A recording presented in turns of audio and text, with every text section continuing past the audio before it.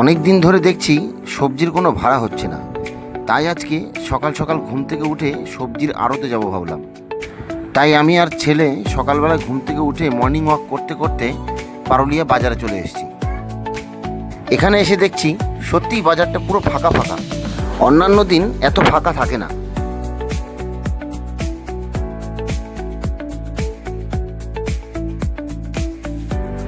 এই যে এটা হচ্ছে আমাদের প্রদীপ দা, উনি ভালো ভালো টাটকা টাটকা সবজি বিক্রি করে। যত দোকান দেখা যাচ্ছে বেশিরভাগই এগুলো পাইকারি দোকানদার,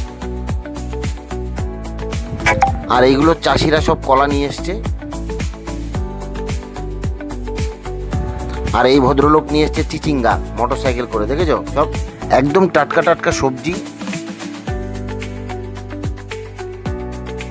তো এখানে এসে যেটুকু বুঝলাম, আড়তে আমদানিই নেই বেশি, তাহলে গাড়িটা লোড হবে কোথা থেকে?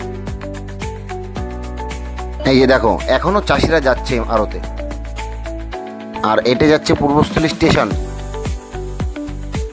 এইদিকে আবার পিকু বাবুর বন্ধুদের সাথে দেখা হয়ে গেল, বন্ধুদের টাটা বাই বাই করে দিল।